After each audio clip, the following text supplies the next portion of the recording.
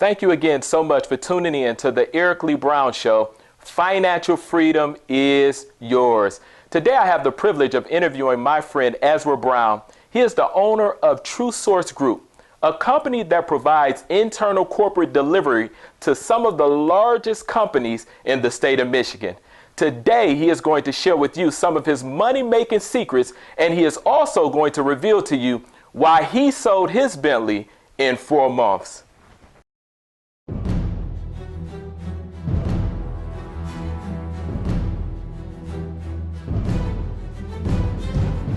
Welcome to the Eric Lee Brown Show. Financial freedom is yours, where we teach financial literacy to ensure financial freedom. Today's broadcast has been brought to you by our corporate sponsors, Reverse Financial Dilemmas. Thank you again for watching. Ezra, I want to thank you, man, so much for coming on the show. You thanking me for something I should be thanking you for. Oh, man, I appreciate you, man. Yeah, same here. So before we get into business, can you tell the people, did you grow up in the city of Detroit? How was that like? Yes, I grew up in the city of Detroit, 7 Mile and John R. in the early 70s, in a big pink house. Are you serious? The biggest, pinkest house on Exeter Street. No way, no way. Yeah. And very grateful to do so. I had a pretty big family. We had a pretty big house, right here in the city. That's awesome. So now, did you grow up in a wealthy household?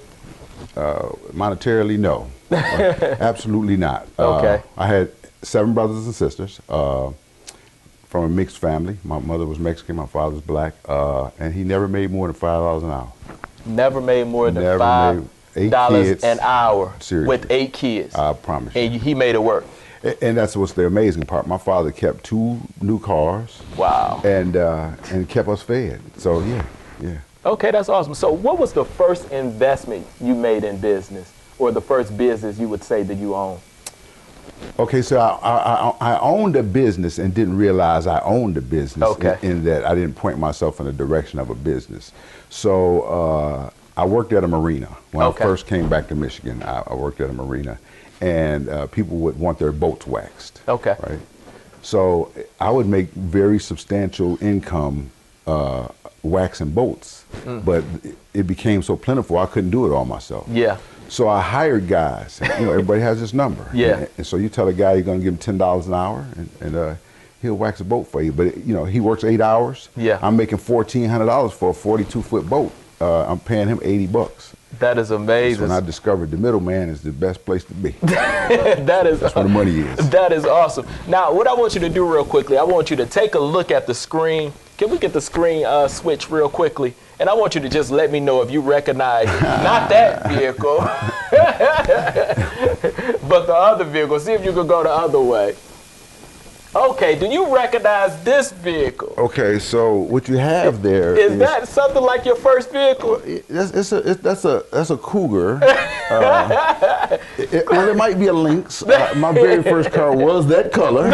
It was an 82. Okay. But I had the smaller version of the Lynx. But yeah, that's funny. Man, you crazy. Why you do that?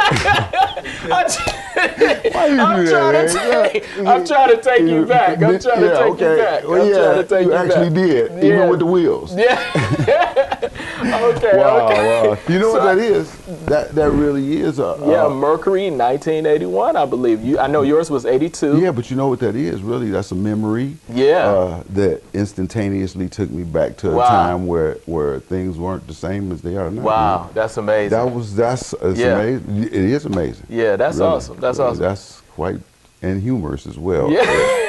Sneaky. That's good, Eric. You're a funny guy, man. Okay. So you went from here, and we already know we're going to talk about, why you got rid of your Bentley. But share with us real quickly, as you were on your road to wealth, share with us a few money-making secrets that you came across while you were on your way to wealth. So look, most importantly, one of the things that we're not taught in school, and there's a reason for that, we won't go into that, is how to manage our money. Yeah. No matter what the amount is. Absolutely. So we have a tendency to pay everybody else first. Yeah. And we don't pay ourselves first. And yeah, it's absolutely necessary that you teach your children, and we have a responsibility to teach this. Yeah. Savings, right? Absolutely. Okay, so initially I was very foolish with money. And when you're not a good steward of money, you're going to lose it. So what I've discovered is it's important to maintain a good credit. Is very important, very, very important. You may not ever use it, but it's almost like another stash of money if needed. Wow. Just be responsible. And so my first encounter with, actually, I wouldn't say investment. Because I've invested in a lot of things that didn't bring me anything. You understand there's good and bad debt. Create good debt that produces income. A residual income. Mine was, I own some buildings that we won't get into. You just learn. It's a process. Everything is a process. Man. Absolutely, absolutely. So I know I didn't answer that question specifically. I was trying to be strategic. No, it's fine. How much I share. Yeah, definitely. It's fine. Could you share us, you were telling me about, how you go about meditating. Do you still do that on a regular? Absolutely. And can you share with us how you go about meditation that has really helped you evolve as a person and caused you to really conquer not only yourself, but in terms of your companies and different things that you do now? Okay, so first of all, you have to have a clear understanding what meditation is. It's not to focus on any one thing. It's the absence of thought. So it's purging your mind, and and that too, learning that is a process. And when you learn to concentrate your thoughts on, in order to do this, you have to concentrate on one thing, because to empty your mind completely means that your mind's not working, and your mind is always working. But when you do that, it's kind of a relaxation of your brain. Absolutely. Right? And it creates an ability in you to be more and more creative. And that will help you make better decisions. Absolutely. Those decisions will come to you a lot easier. And you can just focus on things a lot better when you rest your mind. So every morning, you have an hour of power, man. Where you wake up first thing in the morning and your mind is at its most receptive. You have that first hour. So you don't want to wake up grabbing your phone, looking at Facebook, watching people fight, or you don't want to wake up and turn the news on. That's not what you want to do. You want to suck into your brain at that time of the morning how you want the course of your day to go, right? So put something very positive in your brain. And meditation is, it's hard to meditate for 15 minutes. It truly is. And you have to work up to 15 minutes. But just sit very quietly and absorb. And, you have to do things in order. And when you do things in order and you ask that your steps be guided, you have to you want to be guided in a specific direction.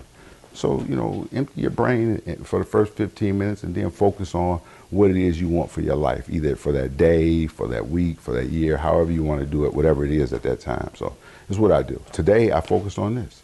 Awesome, awesome. That sounds great. Now, tell us really, right before we wrap up this segment, tell us when your investments begin to grow and your businesses begin to grow and you got to a place where you can buy anything you want. Tell us, how was that for you?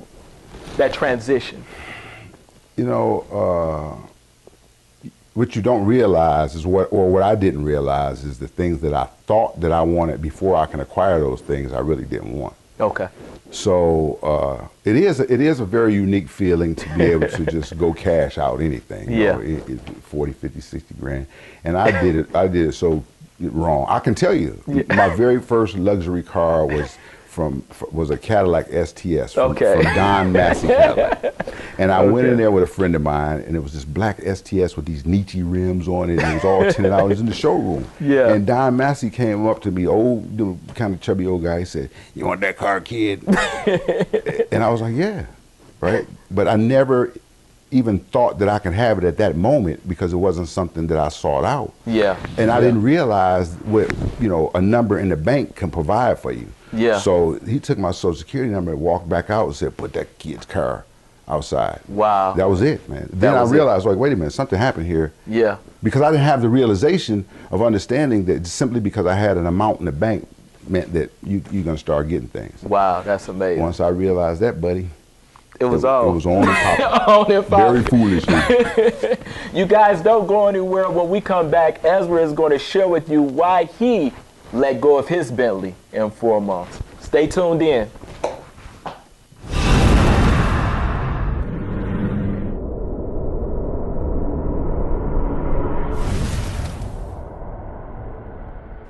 Detroit, the Dream Again revolution has begun. 8 Keys to Financial Freedom seminar. Come hear 8 dynamic, wealthy speakers.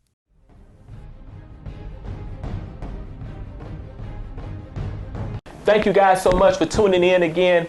Today we're talking about why Ezra sold his Bentley in 4 months. So real quickly, I want you to take a look at the screen real quickly. And Ezra, make sure you look up here with us. So look at this. This is a black on black Continental GT. Oh, they don't make them like this no more. No, they actually Ezra, look a lot nicer. So Ezra, tell us, why did you actually get rid of this car in less than 4 months after you bought it? I guess you'd have to kind of go into my mind into, more importantly, why I bought the car in the first place. Yeah, that's good. And you buy something like this, and you buy it kind of reactionary to what you think it represents to you. Yeah. And the truth is, when I bought the car, what I didn't realize is why I bought the car. Yeah, that's good. And I bought the car because everybody else likes Bentleys. Yeah. Right? So I'm saying everybody else. Well, that's exactly right. Yeah. Like when you buy something like this, why do you buy it? Do you buy it because you like to look at them? Yeah. And if you like to look at them, don't buy them. Just go to the parking lot and look at them. Or do you buy them because there's people sitting outside of the car who see you from outside, and you're concerned with your ego and what that represents, what you look like, but you do that in movement, right? So you stop at a light, and this is what happened. I was at Schoolcraft in Evergreen, and I stopped at a light, and I happened to look over, and it was right after I had the car, maybe 2 days. Yeah. It was 4 people looking at me. Wow. Right? And that's when I discovered that this car attracts attention. Yeah. And I wasn't really crazy about the interior. The steering wheel was kind of big for me. And I just really, the way it sat, the seats were kind of a bit bulky. Yeah. Now the car's a rocket ship. Yeah. And that's what I like, performance, but that's a big body car. So I started thinking, like, I really didn't buy this car for me. Wow. Right? And I don't like the attention. And then what I realized is that this car started becoming my identity. Wow. And when I stepped away from that car, I felt like I was less than the person I was in the car. So I felt like I needed that Bentley to make me who I was. Wow. And I was like, no, no. So very quickly, I didn't want the attention. And I realized that I was letting a material object make me who I wasn't, right? But I felt like I needed that to prove to the world that I had done something with myself substantial. And that's what people think. They see that. But don't buy material things thinking you're going to fill a hole. It doesn't work. So I got rid of that thing, man. Okay.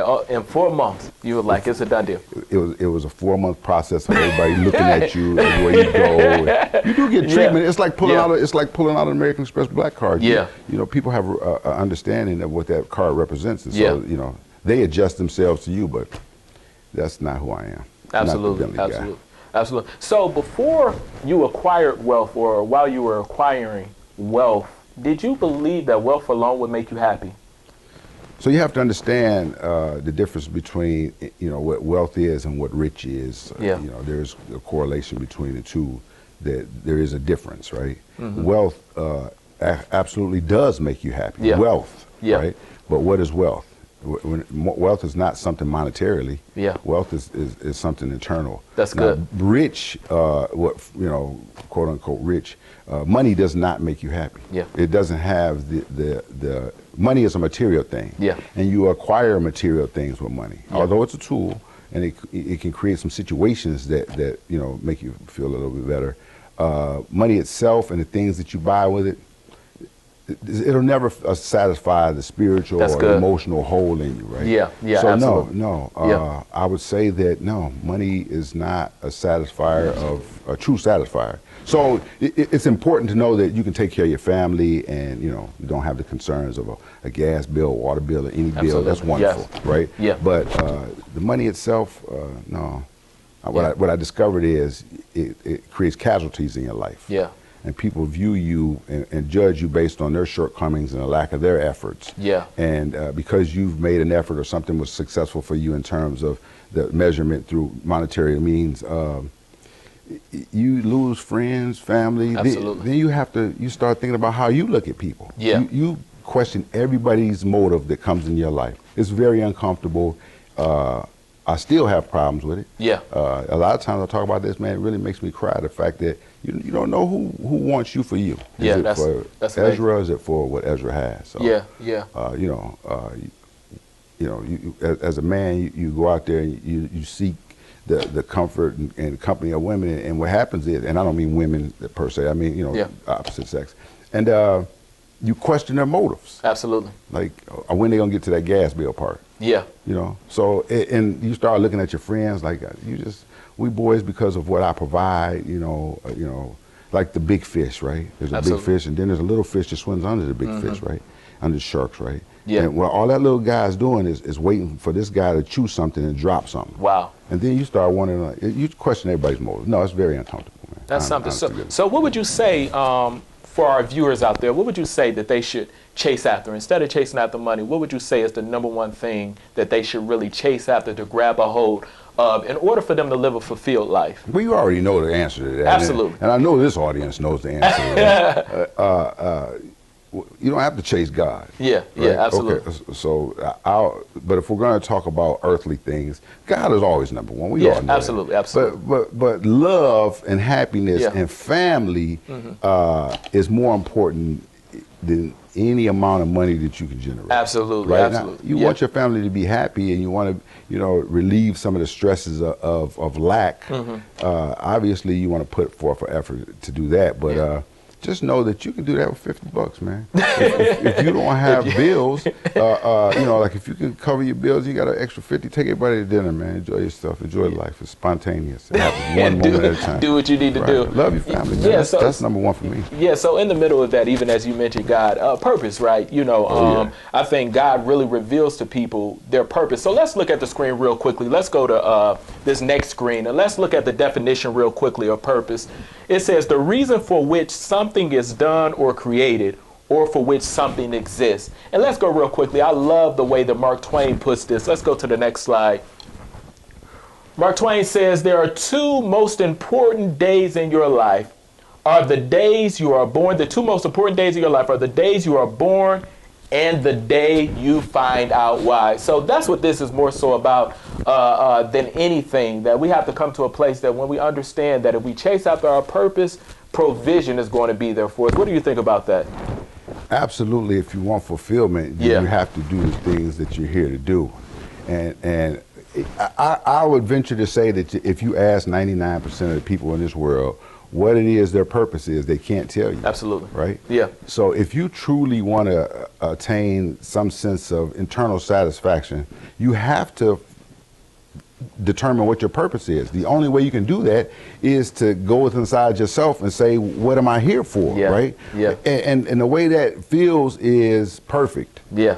When you realize what your purpose is, you'll understand that you're not doing it anymore for anything outside of what that's providing you right there in that space. Yeah. Everything else is just going to cling to it. Yeah. So you know, when you do something out here in the world and it's in your purpose, the money will actually come to you like a magnet. Absolutely. Happiness will come to you like a magnet. You know, your family will become the order of your family comes in place. When you find your purpose, it really solves a whole lot of issues.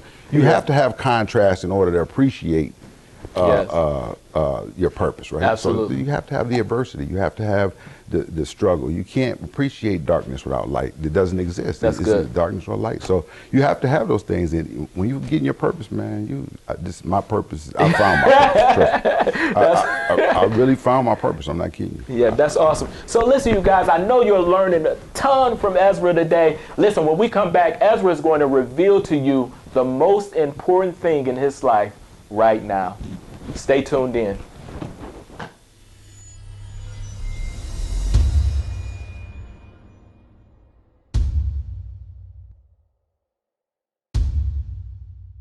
Welcome to Mad Creative Media, where we bring your vision to life.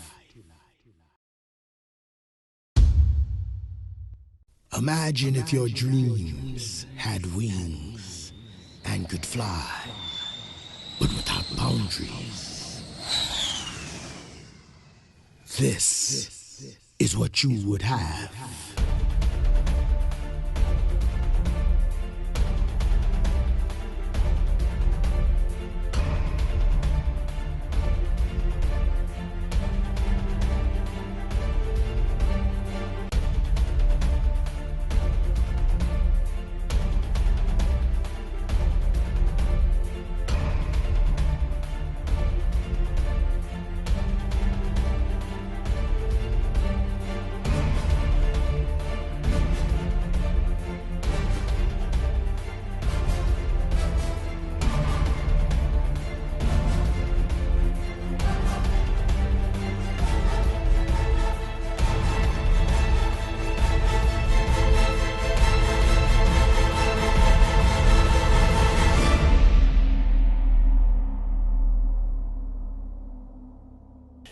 We are back. We want to thank you guys for tuning back in with us. If you're just joining us, we're talking about today why Ezra sold his Bentley in 4 months. And you missed it, so you got to slide back. But right now, I want to ask my friend, so right now, what is the most important thing in your life right now?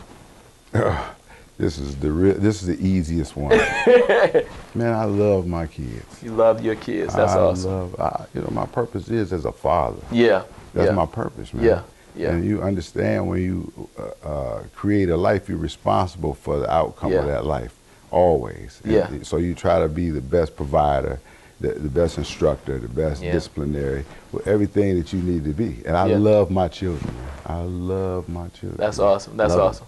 I got a little something I want to show you up here real quickly. A little pound for you. I feel you, homeboy. I feel you. That's real, man. I feel you. That's real. I definitely feel you. So what do you want people, God has raised you up tremendously, and you have been able to bless people in different aspects of life, even with your life as it is and your testimony. What do you want people to take away from your life, Ezra, and your experiences? Do things in order. You have to. You know, we spoke a little earlier before we came on, and I was talking about when you leave out of your house, you have a direction that you're going. Yeah, right? Absolutely. So, take the time to yourself to that's what the meditation time is about. Just, clear out the garbage of the world that's thrown upon you. You have nothing to do with how it comes to you, but if you allow yourself to stay in that or subscribe to it, it becomes a part of you. So just take the time to yourself. Take 15, 20 minutes to yourself and clear it out and create direction. Understand where it is you want to go, because if you don't know where you want to go, you're like a vessel on an ocean, right? If the world is an ocean and life is an ocean. If you go out there and you can't steer it, or you have no direction, you just float all over. Absolutely. And you end up wherever the ocean takes you. But if you have a rudder and you watch the stars, and you steer yourself in a direction, you'll go to the islands that you want to go to. Absolutely. Man. So I would say that seek your purpose, then take the time to yourself, man, to create that path to that purpose. And once you get there, man, you're in a good place. Absolutely, absolutely. Yeah. So before you leave the show, I want you to just look in the camera and just let the people know, encourage them. There's a lot of people out there that think we might be talking against being financially free. So we want to let them know. I want you to look in the camera and let them know. Encourage them. Let them know that they can be successful financially. Okay, so here's what I want you to know, honestly. You have to do things in order. It's imperative that you understand that you don't put your shoes on your hands. That's good. Because that's out of order. Yeah. Right? And you don't pedal a car because that's not in order. Yeah.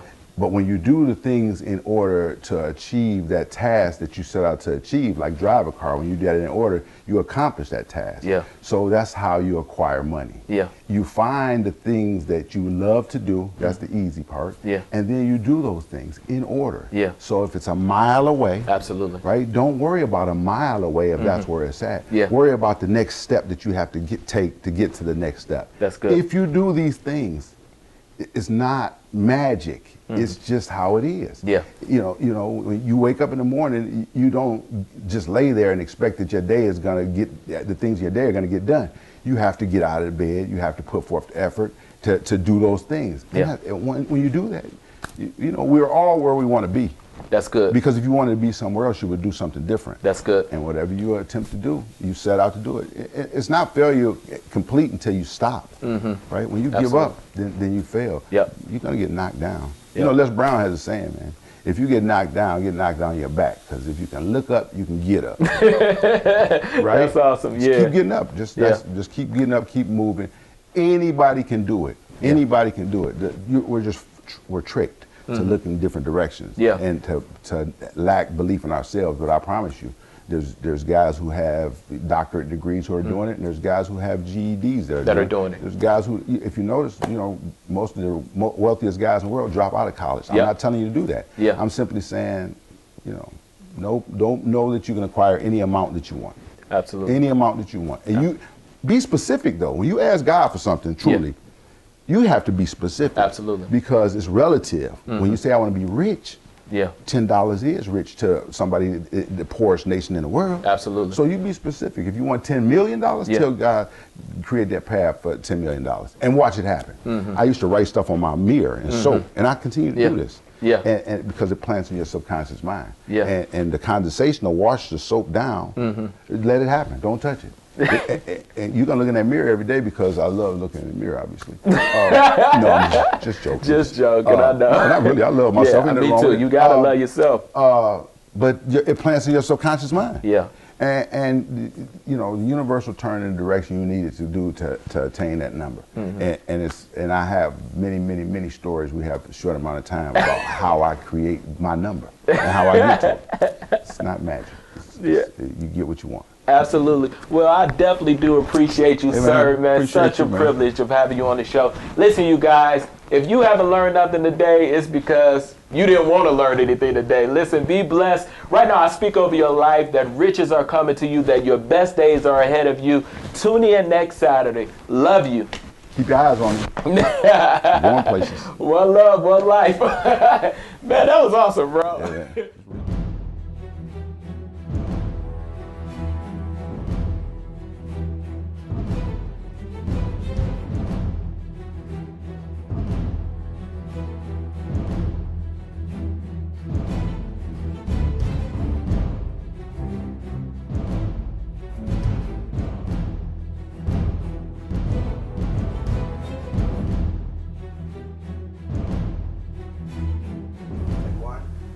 Hold on one moment. Today he is going to share with you how you can, I messed up, and his company delivers internal corporate deliveries. This part is, do you got an easier way to saying that? Provides internal corporate deliveries. Yeah.